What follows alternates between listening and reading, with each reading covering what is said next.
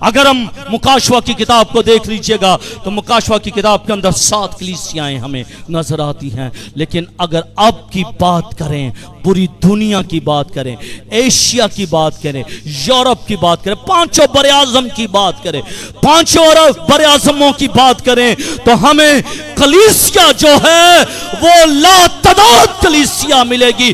کیونکہ مسیح کا جو منصوبہ ہے وہ کامیاب ہوا ہے، اور شیطان کا منصوبہ جو ہے وہ فیل ہو چکا ہے. اگر ابلیس کا منصوبہ کامیاب ہو جاتا تو کلیسیا جنم نہیں لے سکتی تھی.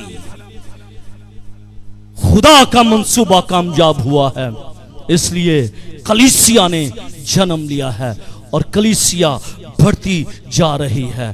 کلیسیا بڑھتی جا رہی ہے.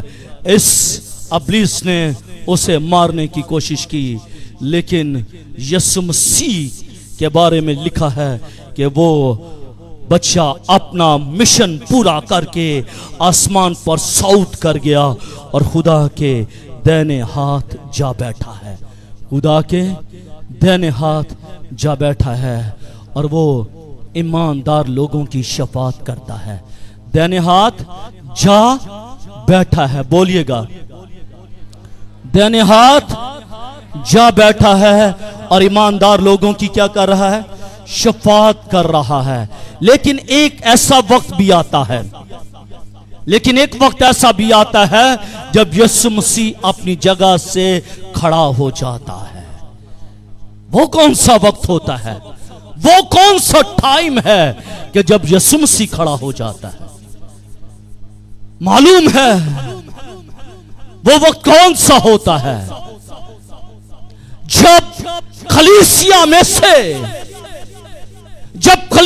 میں سے ایماندار شخص شہادت نوش کرتا ہے، مسیح کی خاطر قربان ہوتا ہے، مسیح کی خاطر اپنے بدن پر زخم لیتا ہے، اپنی جان کا فدیہ دیتا ہے. اس وقت یسوع مسیح آسمان پر خدا کے دائیں طرف کھڑا ہوتا ہے اور اس کی روح کا استقبال کرتا ہے. اس کی روح کا استقبال کرتا ہے. بائبل مقدس فرماتی ہے کہ یسوع مسیح باپ کی دائیں طرف جا بیٹھا ہے. لیکن جب ایک ایماندار شخص شہادت نوش کرتا ہے، یسوع مسیح کھڑا ہو جاتا ہے. استفانس کی اگزامپل دیکھ لیجئے گا. استفانس کیا کہتا ہے کہ میں روح میں دیکھ رہا ہوں کہ مسیح میری روح کو استقبال کرنے کے لیے وہ کھڑا ہو گیا ہے. ابلیس نہیں چاہتا کہ خدا کا منصوبہ کامیاب ہو. ابلیس یہ چاہتا ہے کہ اس کا منصوبہ کامیاب ہو. لیکن منصوبہ کس کا پورا ہوا؟ خدا کا. منصوبہ کس کا پورا ہوا؟ خدا کا. اس آیت کے اندر ہم 2 باتوں کو دیکھیں گے جو میں سمجھتا ہوں انتہائی ضروری ہیں، اور وہ یہ ہے لوہے کے آسا سے حکومت. وہ لڑکا عورت سے پیدا ہوا، اور جب پیدا ہوا تو اس کے بعد ہم دیکھتے ہیں کہ وہ صعود فرما گیا. قیامت کے بعد صعود فرما گیا. اب اس آیت کے اندر جو پہلا نقطہ ہے وہ یہ ہے لوہے کے آسا سے حکومت. Who was to rule all nations with a rod of iron. کون تھا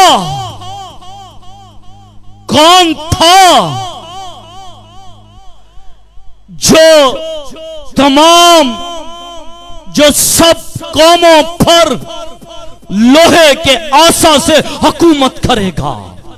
کون ہے وہ شخص جو قوموں پر حکومت کرے گا؟ دنیا کے بادشاہ، ان کی بادشاہت آئی اور بادشاہت ختم ہو گئی. ان کے مرنے کے بعد وہ بھی ختم ہو گئے. ان کی بادشاہت بھی ختم ہو گئی، ان کا تخت بھی ختم ہو گیا اور ان کی تخت پر کوئی دوسرا شخص آ بیٹھا۔ لیکن کون ہے وہ شخص جو لوہے کے عصا سے پوری کی پوری دنیا پر، تمام تر نیشنز پر، تمام تر قوموں پر وہ حکومت کرے گا؟ وہ کون سا شخص ہے؟ وہ کون سا شخص ہے؟ کیا بائبل مقدس اس شخص کے بارے میں کیا بتاتی ہے کہ وہ سب قوموں پر وہ حکومت کرے گا؟ کیا اولڈ ٹیسٹامنٹ بتاتا ہے، کیا نیو ٹیسٹامنٹ بتاتا ہے کہ وہ شخص کون ہے جو سب قوموں پر حکومت کرے گا؟ آمین۔ اگر میں اپنی بات کروں تو میں اپنے گھر میں حکومت کرتا ہوں، اگر بھائی شکیل ہے وہ اپنے گھر میں حکومت کرتے ہیں۔ ہماری حکومت جو ہے لیمیٹڈ ہے، ہماری حکومت لیمیٹڈ ہے۔ اب ہمارا وزیر اعظم کون ہے؟ مریم نواز شریف، شہباز شریف ہے، ٹھیک ہے، وہ حاکم ہے پاکستان کا، ٹھیک ہے، لیکن کچھ وقت کے بعد وہ بھی ختم ہو جائے گا، ٹھیک ہے نا۔ ہر ملک کا ہر ایک وزیر اعظم ہے، وہ بادشاہ ہے اس ملک کا، لیکن یہ شخص جو ہے یہ بادشاہوں کا بادشاہ ہے، یہ بادشاہوں کا بادشاہ ہے، یہ الہوں کا الہ ہے، یہ خداوندوں کا خدا ہے، یہ رب الافواج ہے، یہ سب قوموں پر حاکم ہے، کیونکہ اولڈ ٹیسٹامنٹ اس کے بارے میں بتاتے ہیں، نبوت کرتے ہیں، نیو ٹیسٹامنٹ اس کے بارے میں نبوت کر رہے ہیں۔ اور وہ حاکم کون ہے جس کی حکومت کبھی ختم نہیں ہوگی اور وہ لوہے کے عصا سے حکومت کرے گا؟ دیکھیے گا میرے عزیزوں، جب ہم زبوروں کی کتاب زبور نمبر 2 اور اس کی 6 آیت سے لے کر 9 آیت کا مطالعہ کرتے ہیں، اب دیکھ لیجئے گا کہ کیا جو پروفیسی 1000 سال پہلے داؤد کی معرفت ہوئی تھی، 1000 سال پہلے جو پروفیسی داؤد کی معرفت ہوئی تھی، کیا وہ پروفیسی ہمیں واقعی اس پرسنالٹی کے اندر، سینٹرل کریکٹر کے اندر نظر آ رہی ہے یا پھر نہیں ہے؟ دیکھیے گا، میں تو اپنے بادشاہ کو اپنے کوہ مقدس سیون پر بٹھا چکا ہوں، میں اس فرمان کو بیان کروں گا۔ خداوند نے مجھ سے کہا، داؤد کہتا ہے کہ خداوند نے مجھ سے کہا تو میرا بیٹا ہے، آج تو مجھ سے پیدا ہوا، مجھ سے مانگ اور میں قوموں کو تیری میراث کے لیے اور زمین کے انتہائی حصے تیری مملکت کے لیے بخشوں گا۔ تو ان کو لوہے کے عصا سے توڑے گا، تو ان کو لوہے کے عصا سے توڑے گا، کمہار کے برتن کی طرح تو ان کو چکنا چور کر ڈالے گا۔ آمین۔ داؤد کی معرفت 1000 سال پہلے یہ نبوت مسیح کے بارے میں ہوئی کہ تو ان کو لوہے کے عصا سے توڑے گا، اور یہی آیت ہمیں اس ورس کے اندر یہی ٹاپک ہمیں ملتا ہے کہ لوہے کے عصے سے حکومت کرے گا، وہ لڑکا جو لوہے کے عصے سے سب قوموں پر حکومت کرے گا۔ پھر دانیال کو دیکھ لیجئے گا، تقریباً 600 قبل از مسیح میں یہ نبوت ہوتی ہے، اور یہ نبوت دانیال کی معرفت ہوتی ہے۔ اس کے 7ویں باب 13ویں آیت سے لے کر 14ویں آیت کا مطالعہ کریں تو ہمیں نظر آتا ہے کہ ایک شخص آدم ذات کی مانند آسمان کے بادلوں کے ساتھ آیا اور قدیم الشام تک پہنچا، وہ اسے اس کے حضور لائے اور سنتلت اور حشمت اور مملکت اسے دی گئی. کیا دی گئی؟ سنتلت اسے دی گئی، حشمت اسے دی گئی اور مملکت اسے دی گئی، تاکہ سب لوگ اور امتیں اور اہل لغت اس کی خدمت گزاری کریں. اس کی سنتلت ابدی سنتلت ہے، یعنی کہ نہ ختم ہونے والی سنتلت ہے، جو سب قوموں پر ہوگی، جو جاتی نہ رہے گی، جو جاتی نہ رہے گی، اور اس کی مملکت لا زوال ہوگی. اس کی بادشاہت جو ہے وہ لا زوال ہوگی. ہم دیکھتے ہیں کہ دانیل نبی بھی 600 سال قبل مسیح کے بارے میں یہی نبوت اس کے تعلق سے کر رہے ہیں کہ اس کی جو مملکت ہے، اس کی بادشاہی، اس کی کنگڈم جو ہے، اس کو زوال نہیں ہے، وہ جاتی نہ رہے گی، وہ قائم رہے گی. وہ ابدی سنتلت ہے جو قائم اور دائم رہے گی. اور اگر ہم یسایہ کی کتاب اس کے 11ویں باب اور اس کی 4تھی آیت کا مطالعہ کریں تو یہاں پر یسایہ نبی کی معرفت خدا کلام کرتا ہے. وہ اپنی زبان کے عصا سے زمین کو مارے گا. خداوند یسوع مسیح کے تعلق سے یہ بات ہے کہ وہ اپنی زبان کے عصا سے زمین کو مارے گا اور اپنے لبوں کے دم سے شریروں کو فنا کر ڈالے گا. اس کی حکومت، اس کی بادشاہی کو زوال نہیں ہے. اس کی بادشاہت جو ہے وہ قائم بالذات ہے، وہ قائم رہے گی. نیو ٹیسٹامنٹ، اولڈ ٹیسٹامنٹ اس کے بارے میں بتا رہا ہے. کیا نیو ٹیسٹامنٹ بھی مسیح کے بارے میں، مسیح کی اس پرسنالٹی کے تعلق سے کیا بتاتا ہے، یا صرف اولڈ ٹیسٹامنٹ ہی؟ دیکھے گا مکاشوہ کی کتاب اس کا 19واں باب اور اس کی 5ویں آیت میں ہے، اور قوموں کے مارنے کے لیے اس کے منہ سے ایک تیز تلوار نکلتی ہے اور وہ لوہے کے عصا سے ان پر حکومت کرے گا. اور وہ لوہے کے عصا سے ان پر حکومت کرے گا. اس کا مطلب یہ ہوا کہ اولڈ ٹیسٹامنٹ، نیو ٹیسٹامنٹ، یہ بوتھ ٹیسٹامنٹ جو ہیں یہ ہمیں بتاتے ہیں کہ مسیح کی جو بادشاہت ہے وہ قائم بالذات ہے. اس کو کبھی زوال نہیں آئے گا، وہ کبھی موقوف نہیں ہوگی، وہ کبھی جاتی نہ رہے گی، بلکہ وہ ہمیشہ ہمیشہ تک قائم رہے گی. میرے عزیزو، جس طرح چرواہا اپنے عصا سے، جس طرح چرواہا اپنے عصا سے بھیڑوں کی حفاظت کرتا ہے، اپنے عصا سے بھیڑوں کی حفاظت کرتا ہے نا، ہنکانتا ہے اس کو، ان کو ہنکاتا ہے کس سے؟ کس سے؟ عصا سے ہنکاتا ہے. اگر وہ اس طرف بھٹکنے لگ جائیں تو ادھر سے ہنکاتا ہے تاکہ وہ کہیں دور نہ چلی جائیں. اگر لیفٹ طرف وہ بھاگتی ہیں تو اپنے عصا سے ہنکاتا ہے تاکہ وہ کہیں دور نہ چلی جائیں. چرواہا جو ہے، اچھا چرواہا جو ہے، اس کے ہاتھ میں عصا ہوتا ہے. ہم یہ دیکھتے ہیں کہ اس عصا کی بنا پر وہ اپنی بھیڑوں کی حفاظت کرتا ہے. اسی طرح المسیح جو ہے چرواہے کے طور پر قوت اور زور کے ساتھ اپنی رایا کو سنبھالے گا. اس کا مطلب یہ ہے کہ المسیح اپنی آمد ثانی کے موقع پر ان لوگوں کے ساتھ سختی کے ساتھ پیش آئے گا. لوہے کے عصا، لوہے کے عصا کی بات ہو رہی ہے.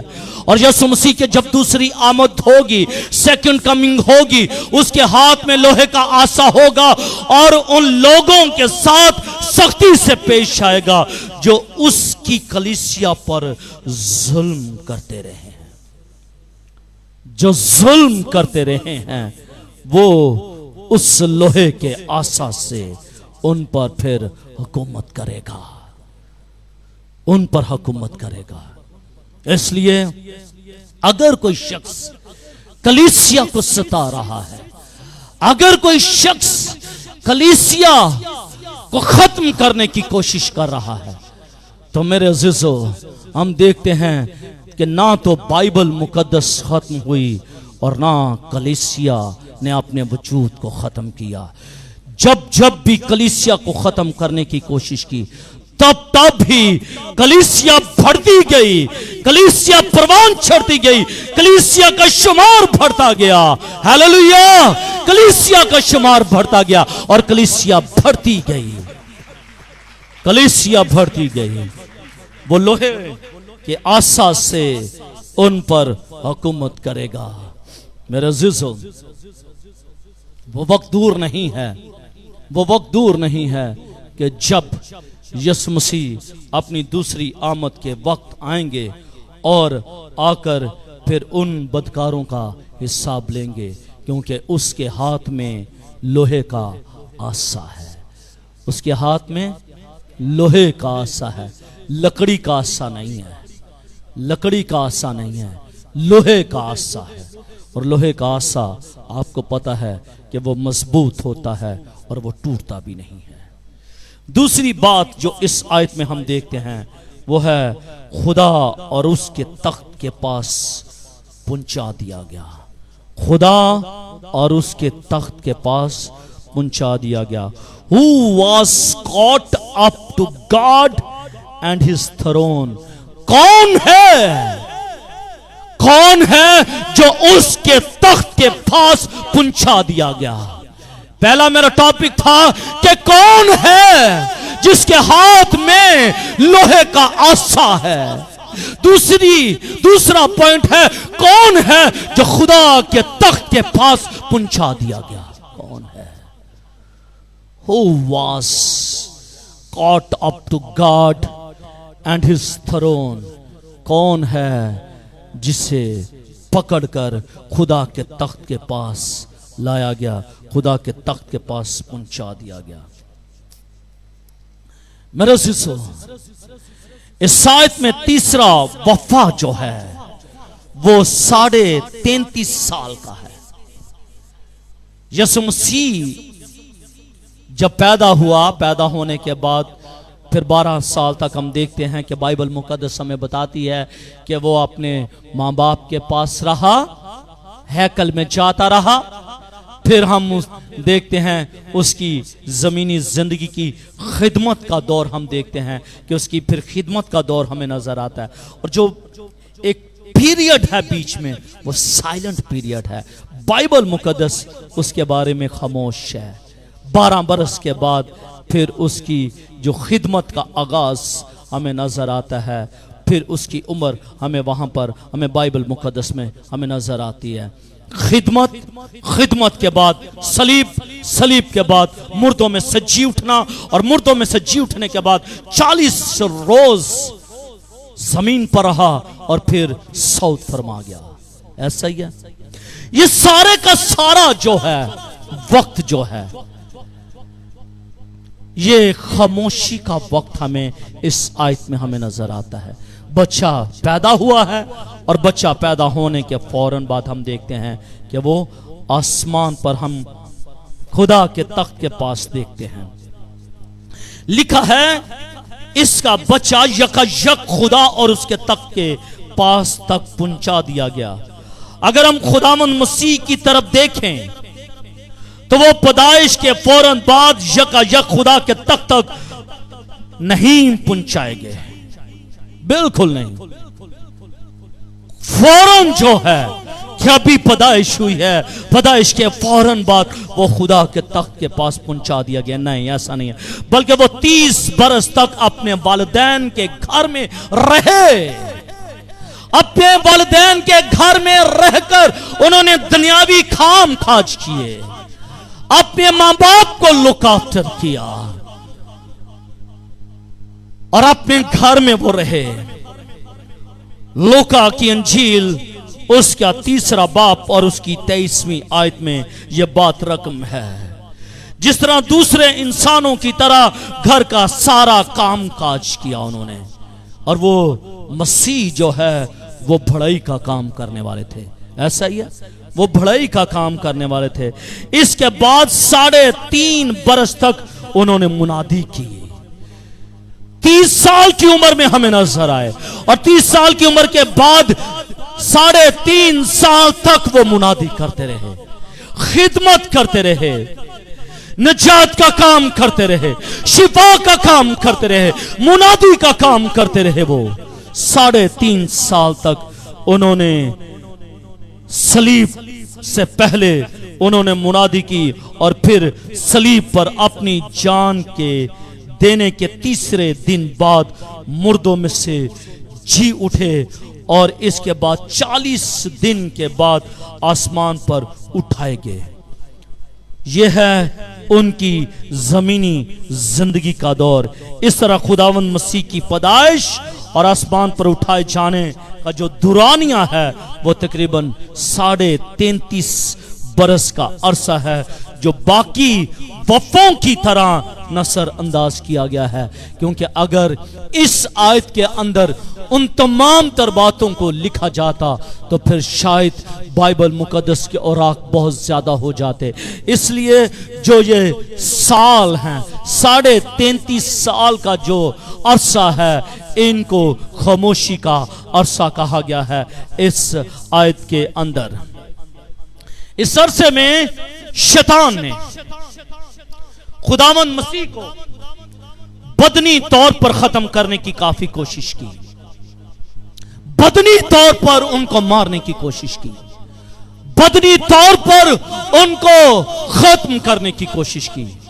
اگر ہم مسیح کی جو خدمت کا آغاز ہے تو وہاں پر ہی دیکھ لیجئے گا کہ ابلیس آتا ہے اور کیا کہتا ہے, اگر تو جھک کر مجھے سجدہ کرے تو یہ ساری شان و شوکت میں تجھے دے دوں گا. اگر تو اپنے تائیں نیچے گرا دے, لکھا ہے کہ وہ تیری بابت فرشتوں کو حکم دے گا اور وہ تجھے اپنے ہاتھوں پر اٹھا لیں گے. دیکھ لیجئے گا کہ کیسا کلام کر رہا ہے, کیسا کلام کر رہا ہے. کیونکہ یسوع مسیح اس وقت کامل انسان بھی تھے اور ابلیس کو معلوم تھا کہ اگر ابلیس جو ہے مسیح کو آزمائے گا اور ابلیس آزمایا گیا اور ابلیس نے اس کلام کو سنا تو وہ اپنے تائیں اگر اس نے گرا دیا تو وہ موت کے حوالے ہو جائے گا. لیکن جس کے ساتھ وہ کلام کر رہا ہے وہ تو خود کلام خدا ہے. اسے معلوم ہی نہیں ہے کہ جن اوراق میں سے وہ آیات کو لے کر مسیح کے سامنے پیش کر رہا ہے وہ تو خود کلام خدا ہے. اس کے اندر سے کلام نکلتا ہے, وہ کلام خدا ہے, وہ برحق ہے اور کلام اس کی زندگی میں سے صادر ہوتا ہے. معلوم ہی نہیں اسے.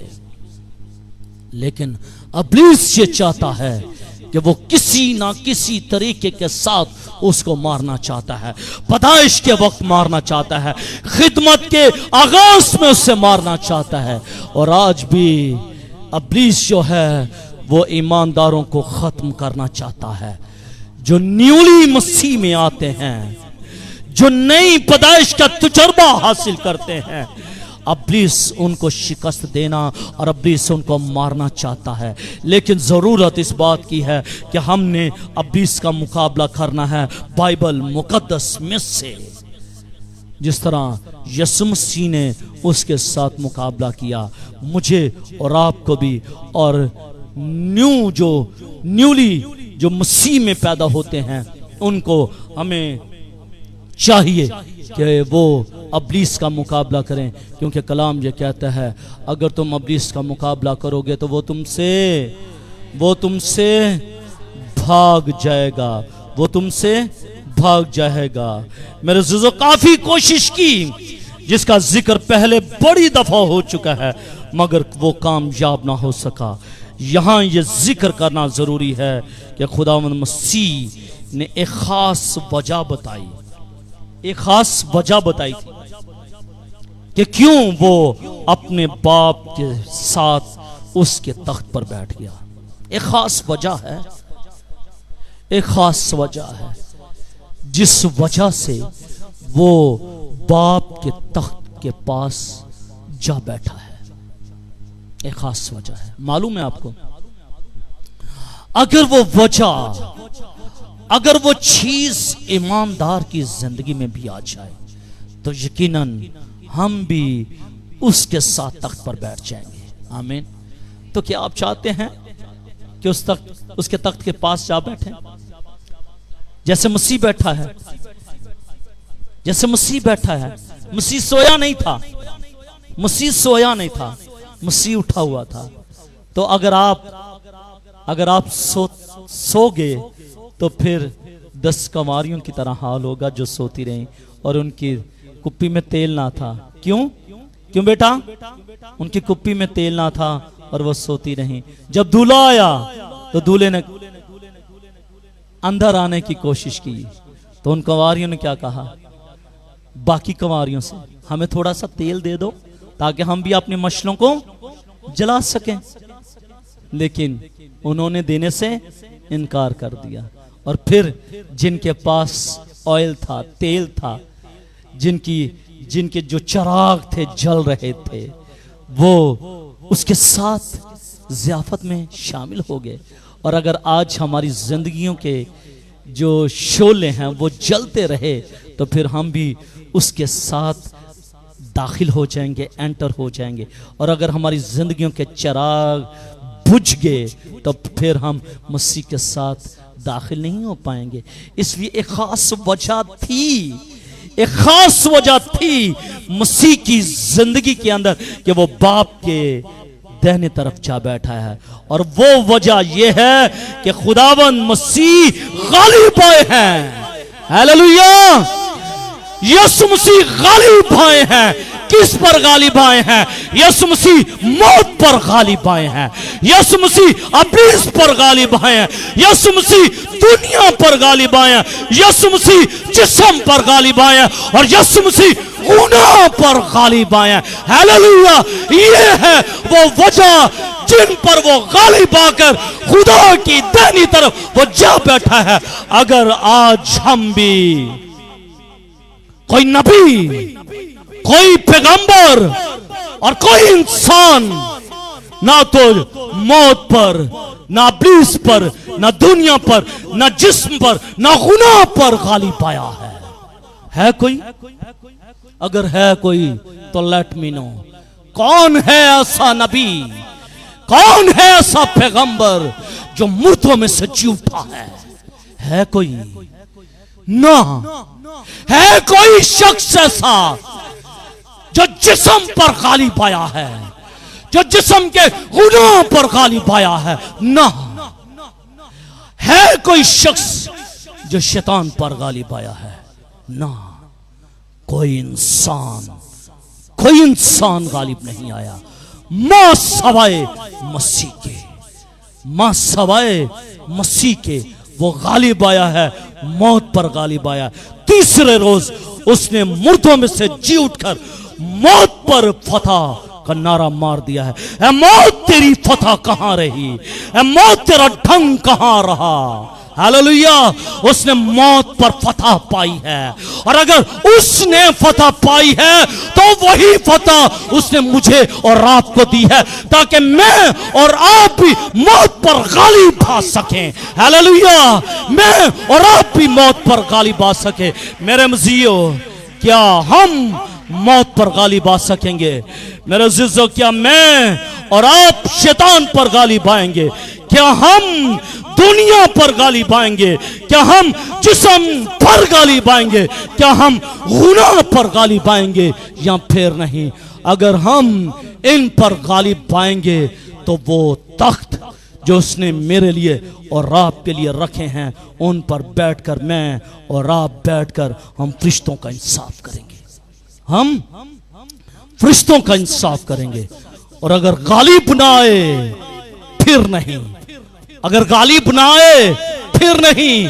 مسیح غالب آ چکا ہے, اس لیے وہ تخت پر بیٹھا ہے, اس لیے وہ عدالت کرنے کو آئے گا. اگر ہم بھی غالب آ جائیں گے ہم بھی تختوں پر بیٹھیں گے اور ہم بھی اسرائیل کے 12 قبیلوں کا انصاف کریں گے, ہم فرشتوں کا انصاف کریں گے. پھر what is important thing, اہم کیا ہے؟ اہم کیا چیز ہے؟ کیا گناہ پر غالب آنا؟ کیا جسم پر غالب آنا؟ کیا شیطان پر غالب آنا؟ کیا گناہ پر غالب آنا؟ کیا موت پر غالب آنا؟ یا پھر تخت پر بیٹھنا؟ خوبصورت کیا ہے؟ تخت پر بیٹھنا خوبصورت چیز کیا ہے؟ انصاف کرنا خوبصورت چیز کیا ہے؟ مسیح کی رفاقت میں آ جانا۔ میرے باپ کے گھر میں بہت سے مکان ہیں، اگر نہ ہوتے تو میں تم سے کہہ دیتا، میں جاتا ہوں تمہارے لیے جگہ تیار کرتا ہوں، تاکہ جہاں میں ہوں گا وہاں تم بھی ہوگے۔ اس نے تو جگہ تیار کی ہے، لیکن اب دیکھنا یہ ہے اس جگہ پر، ان مقاموں میں کون جا کر رہے گا جو جسم پر، ابلیس پر، موت پر، گناہ پر غالب آئیں گے، اور جو غالب آئیں گے وہ ہمیشہ کی زندگی کے وارث ٹھہریں گے۔ آمین۔ جو غالب آئیں گے وہ خدا کے تخت کے پاس جا پہنچیں گے۔ کلام یہ کہتا ہے اور وہ بچہ وہ کیا ہے؟ خدا اور اس کے تخت تک پہنچا دیا گیا۔ جب ہم بھی غالب آئیں گے تو مجھے اور آپ کو بھی خدا اور اس کے تخت تک پہنچا دیا جائے گا، تاکہ ہم بھی اس تخت پر بیٹھ کر کس کا انصاف کریں گے؟ کس کا؟ 12 قبیلوں کا، فرشتوں کا انصاف کریں گے۔ تو پھر اچھا نہیں کہ ہم مسیح کی رفاقت میں بھی رہیں، مسیح کی بادشاہت میں بھی شامل ہو جائیں، مسیح کے تخت میں بھی شریک ہو جائیں، اور پھر انصاف کا ترازو بھی ہم کریں، ہمارے ہاتھ میں ہو۔ یہ ضروری ہے۔ یا پھر یہ جو عارضی وطن ہے، عارضی مکان ہے، عارضی گھر ہے، عارضی جگہ ہے، عارضی زندگی ہے۔ کتنی زندگی ہے معلوم ہے آپ کو؟ میری اور آپ کی کتنی زندگی ہے؟ نہیں معلوم ہو؟ میرے دوست ہیں، وہ میرے ساتھ ایف سی کالج میں جاتے ہیں، ہم ٹرین پر کٹھے ہی جاتے ہیں۔ تو مجھے ایک دن کہتے ہیں بھائی صاحب، میں نے کہا جی، کہتے ہیں آپ کو معلوم ہے آپ نے کب مرنا ہے؟ میں نے کہا یار نہیں، مجھے نہیں معلوم، لیکن بائبل مقدس کے مطابق یہ ہے کہ تیری عمر 70 برس ہے، اگر قوت ہو تو طاقت ہو تو 80 برس۔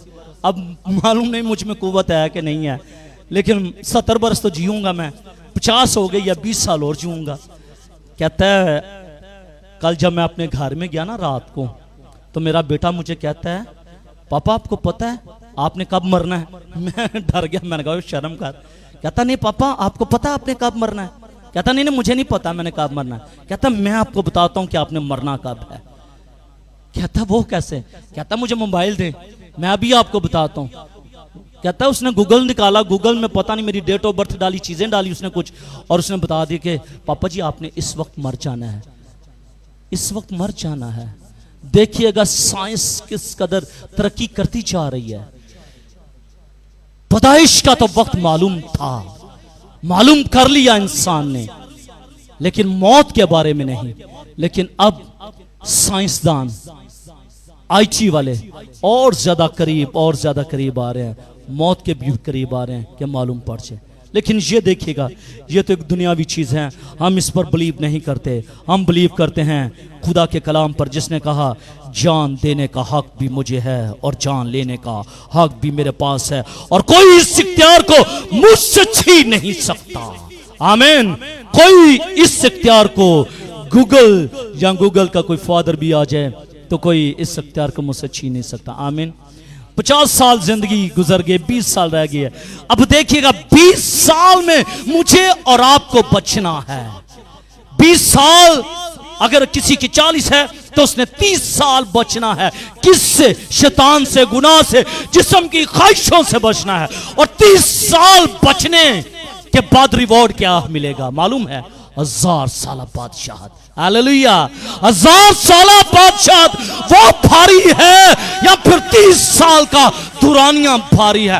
اگر 30 سال تک آپ غالب آتے رہے تو 1000 سالہ بادشاہت میں آپ شامل ہو جائیں گے، کیونکہ یہ میں نہیں بلکہ خدا کا لاخطا زندگی بخش اور معتبر کلام یہ کہتا ہے کہ پھر 1000 سالہ بادشاہت میں میں اور آپ شامل ہو جائیں گے۔ خوبصورت کیا ہے، 1000 سالہ بادشاہت یا 30 سال یا 20 سال، وہ سال ضروری ہے۔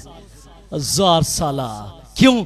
کیونکہ ٹائم زیادہ ہے، وقت زیادہ ہے، خوشی زیادہ ہے، راحت زیادہ ہے، مسرت زیادہ ہے، برکت زیادہ ہے، اور مسیح کی رفاقت ہے وہاں پر۔ ہیلیلویا۔ اس لیے میرے عزیزو، جو زندگیاں آج یہ چاہتی ہیں کہ وہ موت، ابلیس، شیطان، جسم کی خواہشوں پر وہ غالب آنا چاہتی ہیں، آج سب اپنے قدموں پر کھڑے ہو جائیں۔ جو چاہتے ہیں، جو نہیں چاہتے وہ بیٹھے رہیں۔ جو چاہتے ہیں کہ ہم نے 30 سال یا 20 سال یا 40 سال انجوائے کرنا ہے زندگی میں، لائف میں انجوائے کرنا ہے، no, you have to sit down, وہ بیٹھ جائیں۔ جو یہ چاہتے ہیں کہ نہیں، ہم نے اس 20 سال 30 سال میں انجوائے نہیں کرنا، ہم نے 1000 سالہ بادشاہت میں شامل ہو کر ہم نے وہاں پر انجوائے کرنا ہے، وہ لوگ they have to stand، وہ کھڑے ہو جائیں۔ Hallelujah, hallelujah, we glory to God، we glory to God۔ آئیں دعا مانگے گا، آئیں اپنے ہاتھوں کو آسمان کی طرف اٹھائیے گا، آئیں اپنے ہاتھوں کو آسمان کی طرف اٹھائیے گا۔ Hallelujah, hallelujah, we glory to God، we glory to God۔ Hallelujah.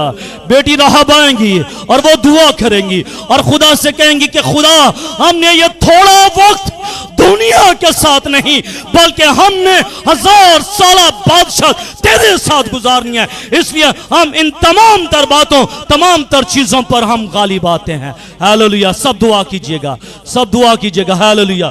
we glory to God، we glory to God۔ Hallelujah. ہم سب دعا کریں گے اور اپنی بیٹی راہب کے ساتھ مل کر ہم دعا مانگیں گے۔ قدوس قدوس قدوس زندہ آسمانی باپ، اے میرے مسیحا، میں تیری شکر گزاری کرتی ہوں آج کے تیرے اس خوبصورت کلام کے لیے خداوند، جو تو نے ہم جیسے گناہگاروں کی زندگی میں بخش دیا، اس بڑی امید کے لیے خداوند کہ جو تو نے ہمیں دی ہے کہ ہم تیرے ساتھ 1000 سالہ بادشاہی میں شامل ہو سکتے ہیں۔ آج کے تیرے اس خوبصورت کلام کے لیے میں تیری شکر گزاری کرتی ہے خداوند کہ ہم اس لائق نہیں ہے خدا کہ تیرے ساتھ سکونت کر سکے ہے خدا، کیونکہ ہم تو گناہگار ہیں لیکن تو ہمارا خالق اور مالک ہے۔ میں تیری شکر گزاری کرتی کہ تو نے ہم جیسے گناہگاروں کو یہ امید دی ہے خدا کہ ہم اس امید کے ساتھ اس زندگی میں اپنی زندگی کو بسر کر سکیں کہ جب ہم مرے تو ہم تیرے ساتھ جی اٹھے ہیں خدا۔ اے میرے مسیحا، میں تیری شکر گزاری کرتی ہے خدا بندہ تیرے اس زندہ کلام کے لیے خدا کہ جو ہمیں مردہ زندگیوں کو جان دیتا ہے، جو ہمیں گرے ہوا کو اٹھا کھڑا کرتا ہے۔ میں تیری شکر گزاری کرتی تیرے زندہ آواز کے لیے کہ جو تو نے اپنے خادم کے وسیلہ سے ہم جیسے گناہگاروں کے کانوں تک پہنچائی ہے خدا، ہمیں ایک نئی امید دی ہے خدا کہ ہم اپنے آپ کو کس طرح بچا سکتے ہیں۔ تیرے اس زندہ آواز کے لیے میں تیری شکر گزاری کرتی، بس تجھ سے فضل چاہتی ہے خدا، کیونکہ ہم تیرے فضل کے بغیر کچھ نہیں کر سکتے۔ اے میرے مسیحا، ہم تیرے رحمت کو چاہتے ہیں کہ تو ہم پر فضل کر کہ ہم اپنے گناہوں سے باز آئے، اپنے آپ کو تیرے لائق، تیرے قابل بنائے ہیں خدا، گناہ پر غالب آئے، موت پر غالب آئے اے خداوند، تاکہ ہمیشہ کی زندگی میں شامل ہو سکے۔ اے خدا، ہمیں دنیا کی چیزیں نہیں چاہیے، ہمیں تو فقط تیرا فضل چاہیے، ہمیں تو بس تیری بادشاہی چاہیے اے خدا۔ بس ہمیں فضل دے کہ چاہے ہم 1 سال زندہ رہیں یا 2 سال زندہ رہیں، میرے خدا تیرے لائق، تیرے قابل بنتے چلے جائیں، تاکہ جب ہم اس دنیا سے کوچ کریں تو تیرے